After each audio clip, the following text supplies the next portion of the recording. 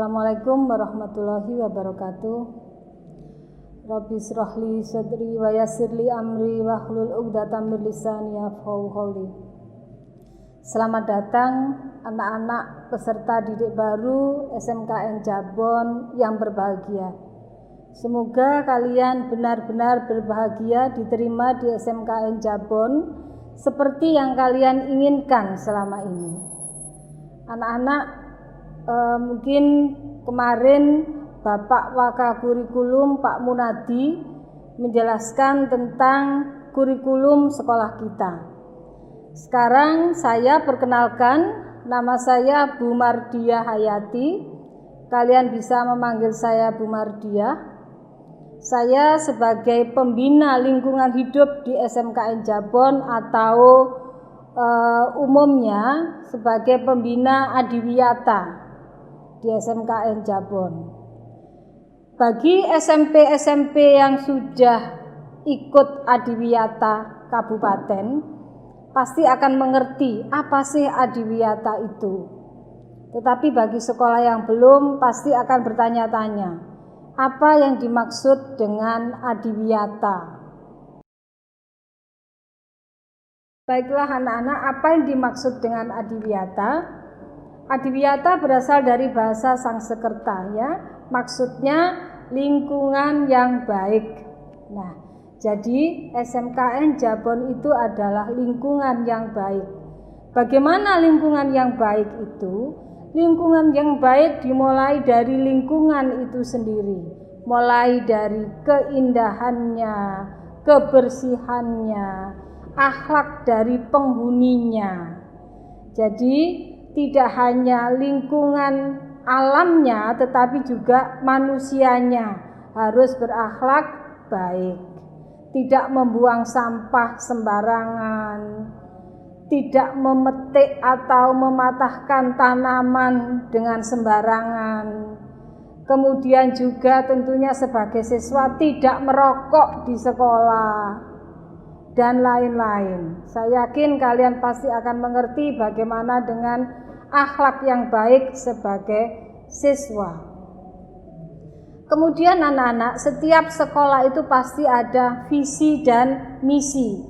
Karena sekolah kita ini sudah adiwiyata, walaupun masih di tingkat kabupaten, tetapi kita punya visi dan misi yang berbasis lingkungan, seperti yang bisa kalian lihat pada visi dan misi ini.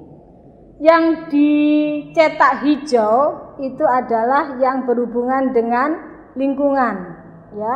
Visinya yang mengandung unsur lingkungan adalah berwawasan lingkungan, berjiwa wirausaha, berbudaya, berwawasan lingkungan.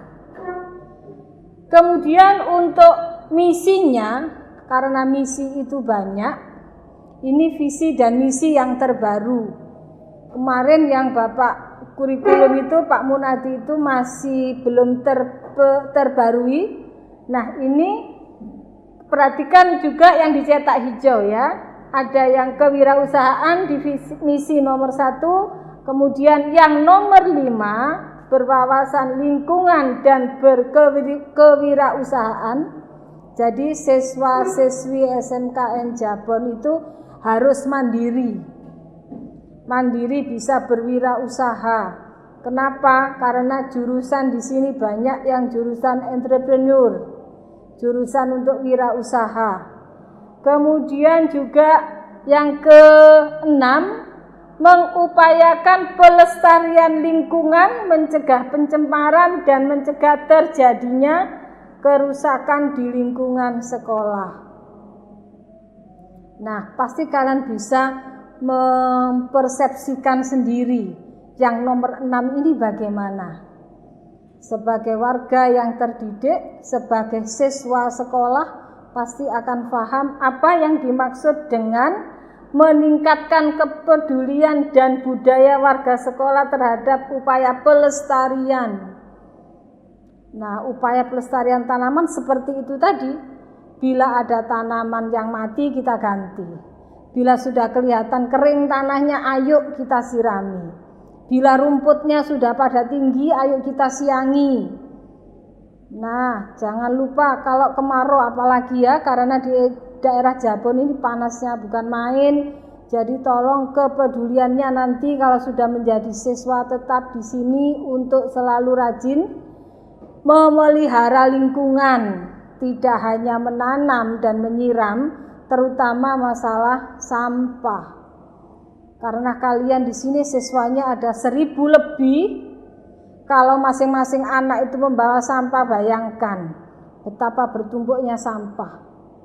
Ya, nah jadi mohon kesadarannya juga nanti kalau sebagai siswa di SMKN Jabon, saya harap kalian bila sudah aktif masuk sekolah untuk membawa botol minum sendiri, kotak makan sendiri.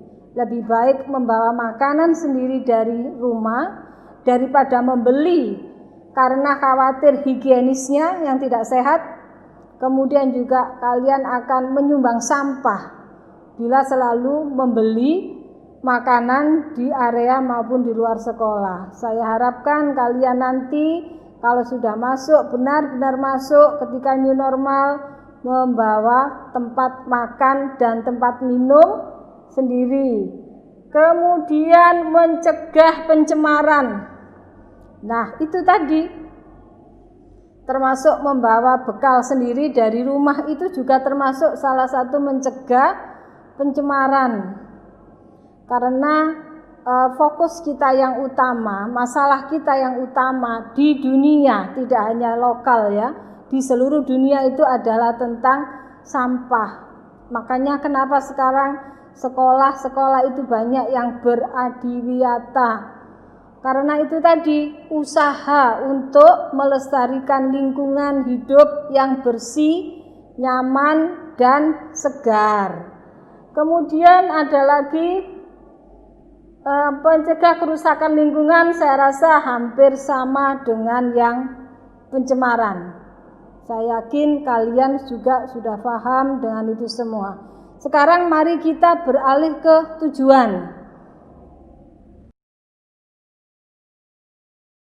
Berikut kita lanjutkan ke tujuan. Tujuan sekolah ya nak ya. Tadi itu visi, misi, sekarang tujuan. Langsung karena adiwiyata atau tentang lingkungan, langsung kita lihat yang dicetak hijau. Apakah itu? Nah, meningkatkan budaya bersih, rasa memiliki, dan pentingnya kebersamaan dan keserasian. Perhatikan dengan kata budaya bersih.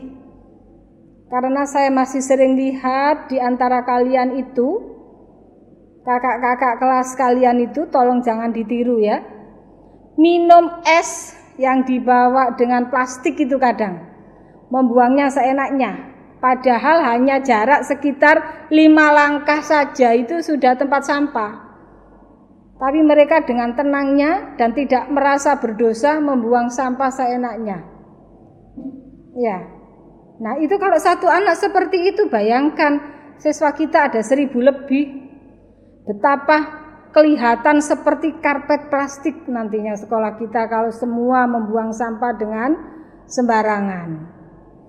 Ayo, budaya bersih tidak hanya di area luar sekolah, di halaman sekolah, tetapi juga di dalam kelas. Nah, kadang kalian itu juga suka menyimpan sampah di laci meja kelas.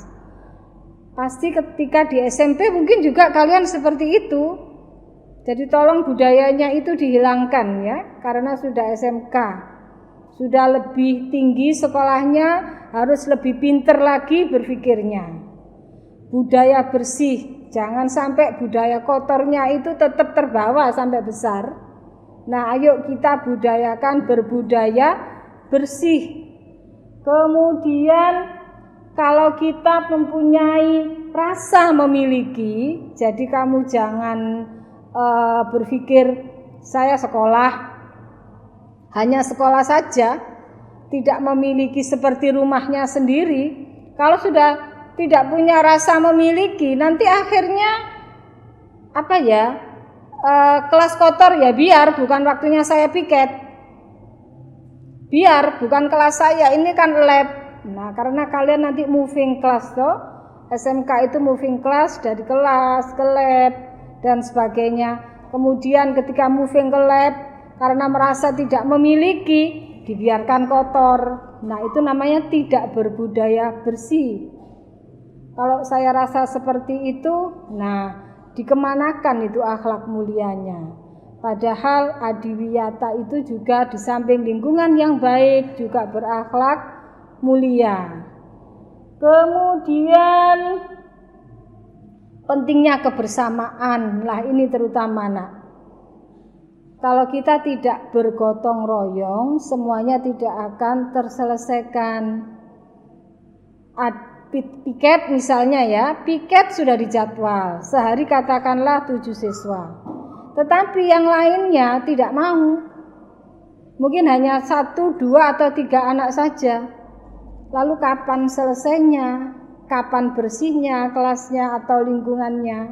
Jadi tolong egonya juga dihilangkan.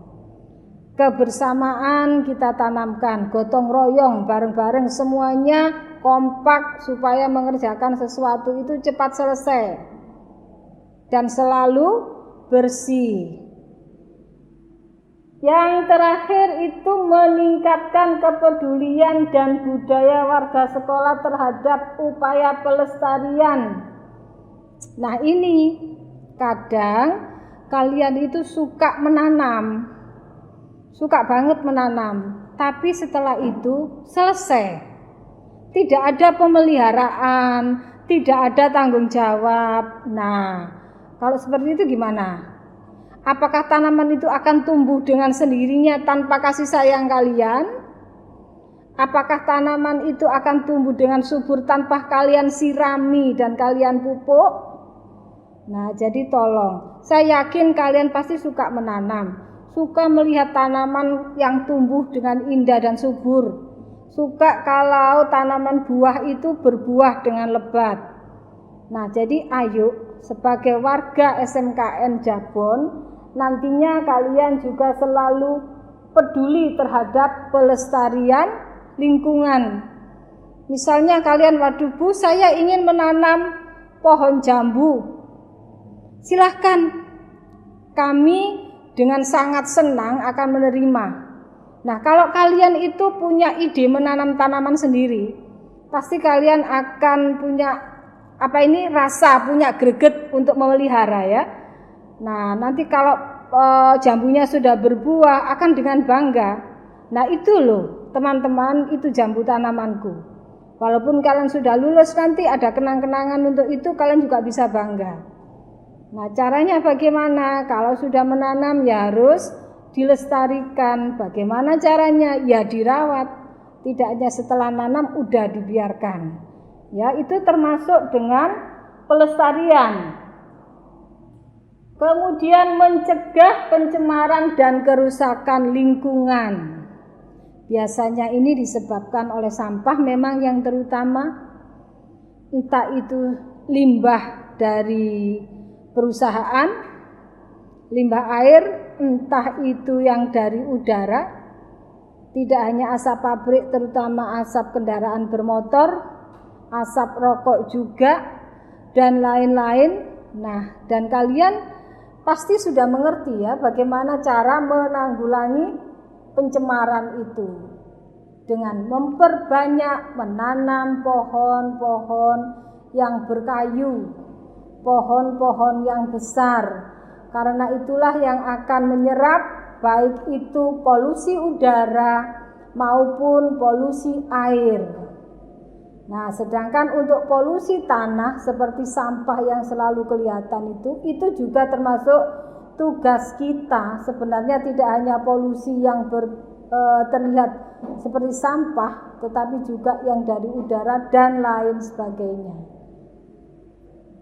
Ya, kemudian mari kita melihat adiwiyata ini dari sisi agama.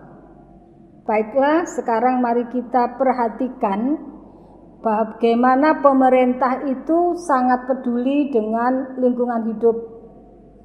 Sebenarnya dari sejak zaman dulu ya, karena lingkungan hidup itu tidak bisa terpisahkan dari kita.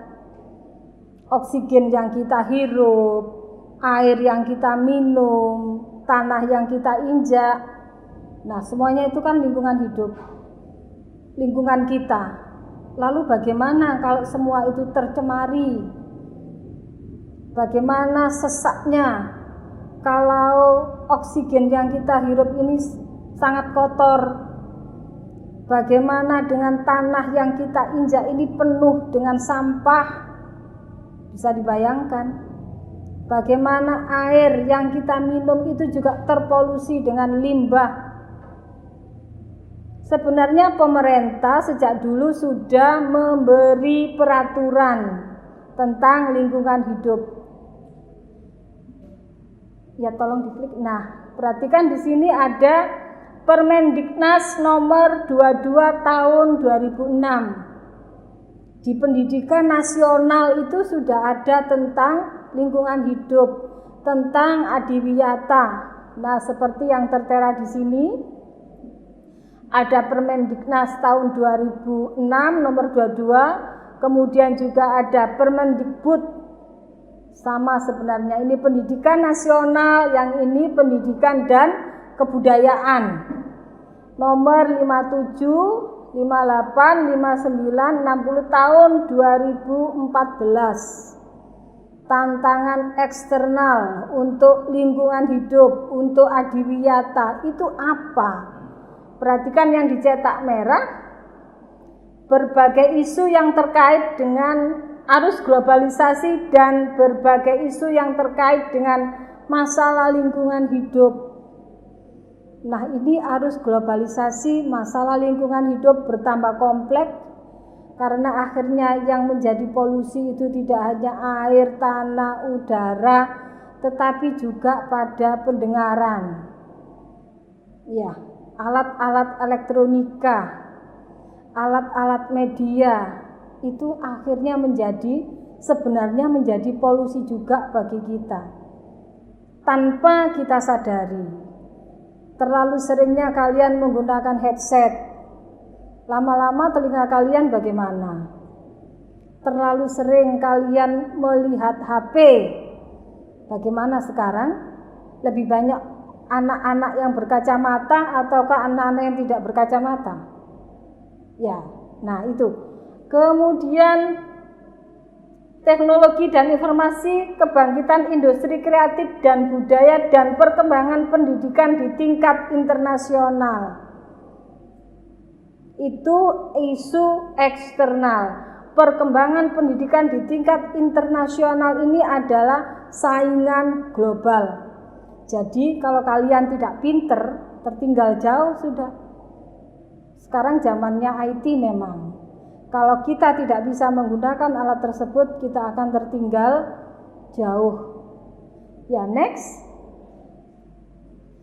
Kemudian ada lagi Permendiknas masih tentang tuntutan kebutuhan berbasis potensi sumber daya alam Indonesia.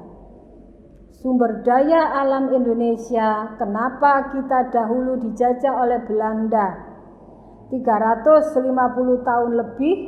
Karena mereka suka dengan sumber daya alam Indonesia yang kaya raya. Apakah masih tetap seperti itu Indonesia kita? Sebenarnya masih tetap seperti itu. Tetapi kitalah yang malas untuk mengelolanya. Nah, ini sangat disayangkan sekali ya. Makanya kenapa pemerintah ini membentuk adiwiyata, membuat lingkungan hidup, kelompok-kelompok pecinta lingkungan hidup, karena khawatirnya dengan keadaan Indonesia di masa depan. Nah, itu juga ada Permendikbud 2013. Oke, next. Sekarang anak-anak sekalian, mari kita hubungkan sebenarnya bagaimana sih tugas kita ini sebagai manusia. Kalau ustadz-ustadz itu akan bilang sebagai khalifah fil ard. Nah, bagaimana? Kita semuanya ini diciptakan oleh siapa sih? alam seluruhnya ini diciptakan oleh siapa? Yang menciptakan itu pasti yang membuat aturan. Yang menciptakan itu pasti yang menyediakan spare part kalau untuk kendaraan. Nah, tetapi apakah manusia itu sudah diciptakan sesuai dengan fitrahnya? Kenapa dia diciptakan? Apakah mereka tidak menyalahi aturan? Kadang itu kita tidak sadari. Padahal Allah sudah berfirman pada surat Al-A'raf ayat 56. Ya. Nah, saya tidak akan membaca Arabnya, nanti dikira ustadzah nanti. Oke. Nah, sekarang perhatikan. Dan janganlah kamu membuat kerusakan di muka bumi sesudah Allah memperbaikinya. Dan berdoalah kepadanya dengan rasa takut tidak akan diterima dan harapan akan dikabulkan. Sesungguhnya rahmat Allah amat dekat kepada orang-orang yang berbuat baik. Janganlah kamu membuat kerusakan. Kita tidak pernah menyadari bagaimana kerusakan yang telah kita perbuat. Ya, nah nanti akan saya tunjukkan bagaimana kerusakan yang telah diperbuat oleh manusia, yang telah kita perbuat. Padahal sudah ada di Al-Quran ini ya. Nantinya padahal Allah sudah memperbaiki. Nah, berarti kita tidak punya rasa takut. Kalau kita tidak menjaga, tidak memelihara bumi dari kerusakan, berarti kita itu tidak takut kepada Allah. Gitu kalau ditanya kadang, kamu beriman kepada Allah? Iya, saya beriman. Tetapi iman tapi tidak takut. Aneh kan? Nah, itulah manusia. Aneh bin ajaib memang. Next. Juga pada yang ini Ar-Rum ayat 41 sampai 42. Semuanya sudah ditunjukkan oleh Allah. Tidak tampak kerusakan di darat dan di laut disebabkan perbuatan manusia, supaya Allah merasakan kepada mereka sebagian dari akibat perbuatan mereka. Nah, jadi sebenarnya kerusakan itu siapa yang berbuat? Siapa yang mengakibatkan? Allah kah? Manusia itu sendiri. Ya. Nah, kemudian agar mereka kembali ke jalan yang benar. Katakanlah, adakanlah perjalanan di muka bumi dan perlihatkanlah bagaimana kesudahan orang-orang yang dulu. Kebanyakan dari mereka itu adalah orang-orang yang mempersekutukan. Bagaimana sih kerusakan yang ada di alam itu? Kenapa kok kesalahan manusia? Karena manusia itu tidak hanya mencemari lingkungannya, baik itu udara, lautan, air, tanah, tetapi juga dengan kelakuannya. Dari kelakuannya itulah yang membuat Allah murka dan akhirnya memberikan musibah kepada manusia itu. Kenapa? Karena Allah ingin mengganti dengan yang baru, yang tidak lagi berakhlak rusak. Nah, siapa penyebabnya? Manusia. Sekarang coba mari kita lihat bentuk bumi dari era industri, sebelum era industri dan setelah era industri. Perhatikan yang bumi bagian kanan itu kira-kira yang sebelum atau setelah, sedangkan yang kiri sebelum atau setelah. Saya yakin kalian bisa membandingkan. Kalau sebelum era industri itu bumi kelihatan biru, segar. Tetapi yang sebelah sana perhatikan, kelihatan pucat. Ya, jadi beginilah wajah bumi kalau kita lihat dari angkasa. Seperti inilah. Next. Kenapa bumi akhirnya pucat pasi seperti itu? Karena banyak rantai makanan yang terputus dengan adanya era industri. Coba dulu mungkin kalian nggak pernah ngalami ya, kalau zamannya Bu Mardia dulu ngalami sawah yang hijau dan luas, bagaimana ekosistem yang ada di sawah tersebut terpelihara semua. Apa saja binatang yang ada di sawah itu. Kemudian dari binatang yang ada di sawah itu siapa pemangsanya. Kalau dulu seperti itu, meskipun ada ular itu di sawah itu dibiarkan. Kenapa? Karena ular itu nanti memakan tikus yang ada di sawah. Jadi tikus yang merusak tanaman itu nanti akan dimakan secara sendirinya oleh ular. Atau bisa jadi juga tikusnya dimakan oleh elang atau burung hantu. Nah, ekosistemnya sangat terjaga sekali. Dan tikus itu tidak mungkin menghabiskan satu hektar sawah itu tidak mungkin. Beda dengan kalau tikusnya tikus berdasi ya. Nah, kalau yang itu beda lagi, nggak hanya 1 hektar dia makan, berhektar-hektar bisa. Ya, nah jadi ekosistem itu atau rantai makanan itu terjaga dari dulu, di zaman dulu. Makanya udara itu tetap segar, air sungai di sekitar sawah itu tetap bening, dan masih banyak ikan penghuni sungai.